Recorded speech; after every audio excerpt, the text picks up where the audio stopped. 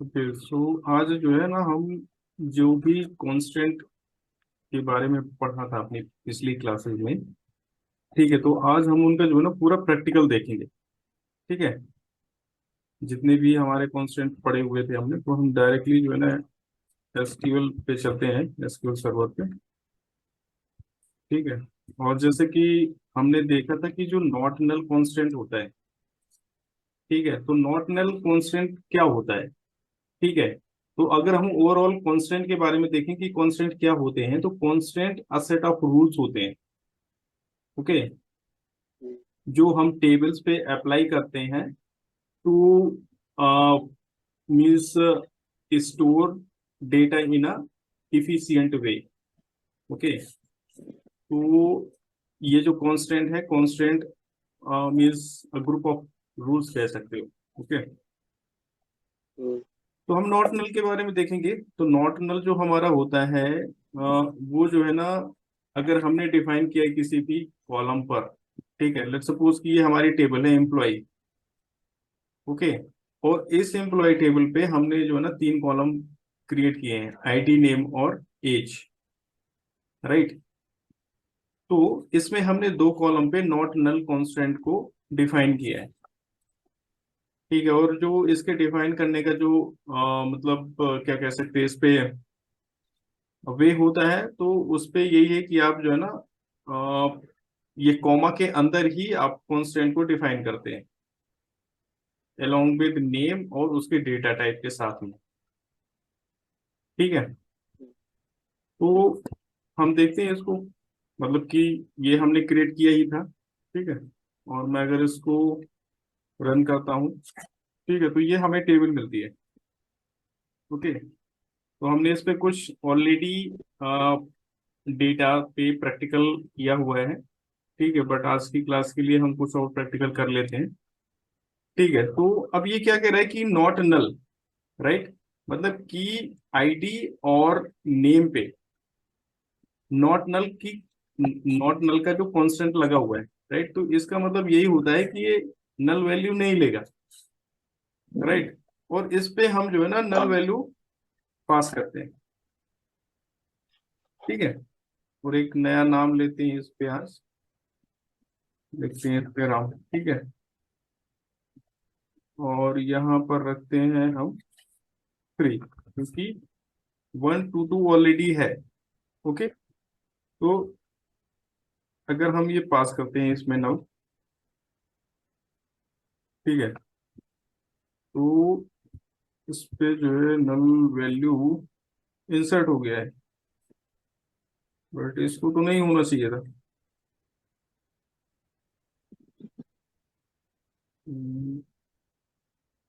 Employ one, employ one नल,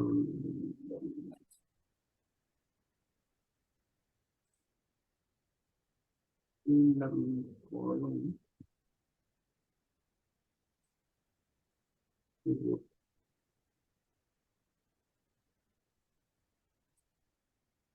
हमने as में पास कर रहा है, एज में हमारा नॉट नल लगा ही नहीं है। एज में पास कर रहे हैं ना नल, तो एज तो हमारा वैसे भी नॉट नल नहीं है। हाँ, ये राइट एज राइट। में पहले डिफाइन करिए नॉट नल। हाँ, इस पे, हाँ मतलब कि हमें जो है ना, जैसे कि अकॉर्डिंग टू ये जो दो कॉलम है ना, राइट, तो दो कॉलम पे हमें जो है ना ये नॉट नल डिफाइन किया हुआ, तो यस यस, इस पे जो है ना हम नल पास कर रहे हैं ना, तो ये तो ले लेगा क्योंकि हमने इस पे किया ही नहीं। हमें जो करना चाहिए वो कहाँ पर करना चाहिए, इस पे। राइट, ऐसा कर ले, और अगर हम इस पे करें, राइट, तो फिर ये जो है ना हमको जो है ना एरर दे देगा। ठीक है, तो वो एरर क्यों ये यही दे रहा है कि जो तुम्हारा जो ना आईडी पे जो नल तुम पास कर रहे हो, और not null constant already define है। ठीक है, तो ये हमारा चेक्स हो गया कि मतलब जो है ना नल जिस पे हमने कांस्टेंट नहीं लगाया है वो नल वैल्यू को इंसर्ट कर देगा, एक्सेप्ट कर लेगा। बट जो है अगर जिस कॉलम पे हमने डिफाइन किया है, वो नहीं लेगा। ओके, तो ये जो है ना नॉट नल का जो कांस्टेंट है, ये ऐसे काम करेगा। राइट, फिर हम आते हैं अपने यूनिक कांस्टेंट पे। तो यूनिक कांस्टेंट क्या होता है कि यूनिक कांस्टेंट जो एज अ नेम, ये जो है ना इटसेल्फ जो है ना डिफाइन कर रहा है कि जो है ना कोई भी वो डुप्लीकेट वैल्यू नहीं लेगा। राइट, यूनिक मतलब यूनिक रिकॉर्ड ही टेबल पे अलाउ करेगा इंसर्ट करने के लिए।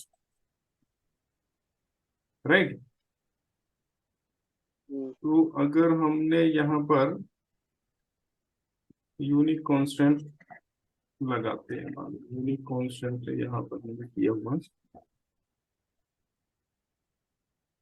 ठीक है, आईडी पे लगा, आईडी पे होगा ना जो इस पे होगा। अगर हमको लेट सपोज चेक करना है तो कैसे हम करेंगे? राइट, तो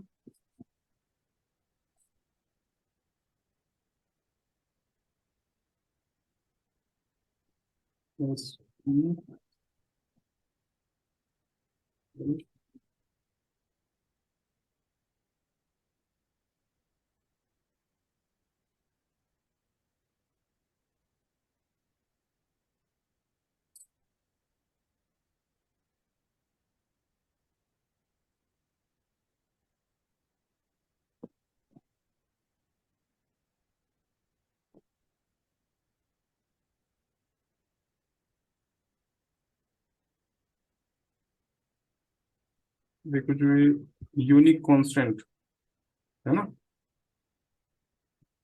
तो अब इस पे जो है ना तुम्हारा यूनिक कांस्टेंट लगा हुआ है। ठीक है, यहाँ पर अगर तुम देखोगे यूनिक कांस्टेंट, तो अगर लेट सपोज कि तुम्हारे पास में टेबल है, राइट, और यहाँ पर हमने डिफाइन तो किया है बट हमने हटा दिया, राइट, तो वो समझ में नहीं रहा है कि किस कॉलम पे लगा हुआ है।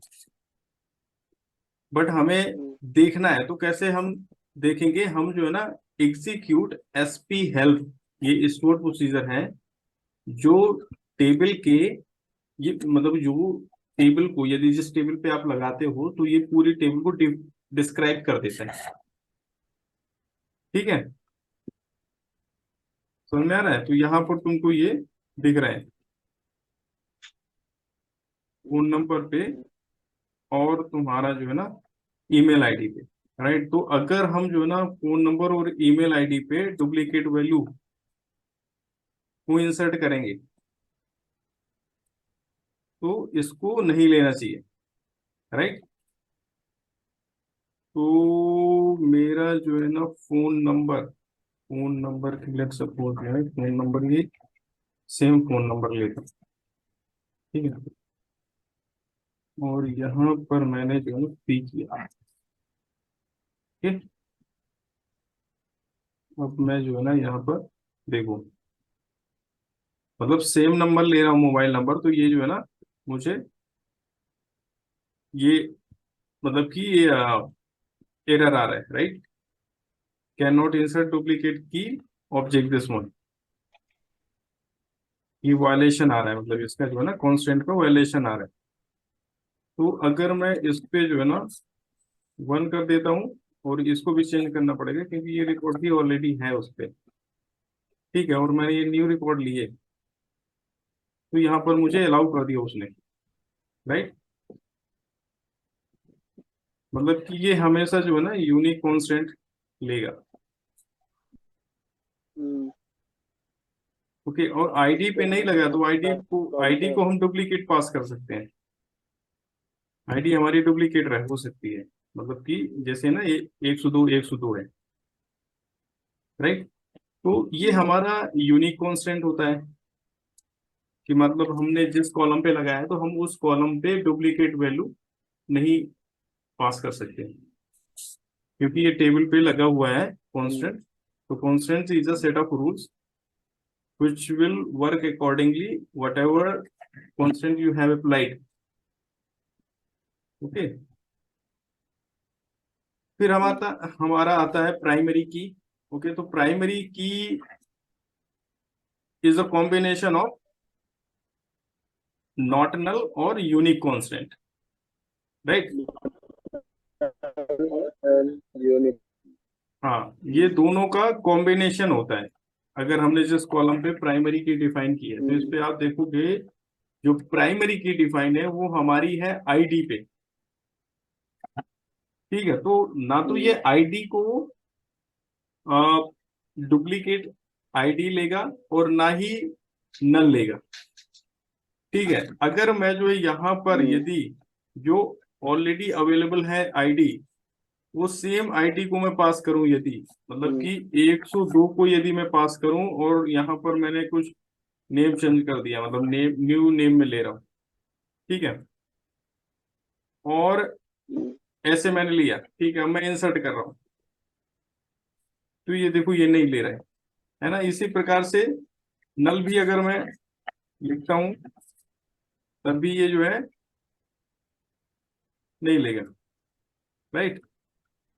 बट अगर हम इस पे कोई यूनिक वैल्यू पास करें, मतलब कि अगर हम जो है ना ये जैसे कि 2 3 4, अगर मैं यहाँ पर 5 पास करूं, ठीक है, और मेरा न्यू नेम है, राइट, तो ये जो है ना ले लेगा। ठीक है, तो प्राइमरी जो कांस्टेंट है, constant is a combination of not null और यूनिक कांस्टेंट। ठीक है, अब हमारा आता है नेक्स्ट जो कांस्टेंट है वो है फॉरेन की, राइट। तो फॉरेन की जो कांस्टेंट है वो होता है डिपेंडेंट कांस्टेंट। मतलब कि ये जो है ना इसका जो मतलब ये जिस कॉलम पे हमने फॉरेन की अप्लाई किया है, तो ये जो है ना दूसरी टेबल के साथ में, जिस टेबल के साथ में हमारा रेफरेंस होता है, ठीक है, तो इसका जो रिकॉर्ड है वो दूसरी टेबल पे डिपेंडेंट रहता है। ठीक है,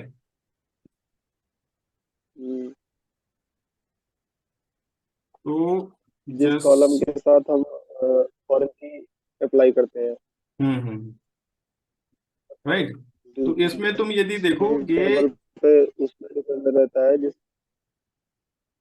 हाँ, इस पे तुम अगर देखोगे ये ना कस्टमर है, मानो कि हमने जो ना फॉरेन की के लिए कस्टमर टेबल का यूज किया है रेफरेंस के लिए।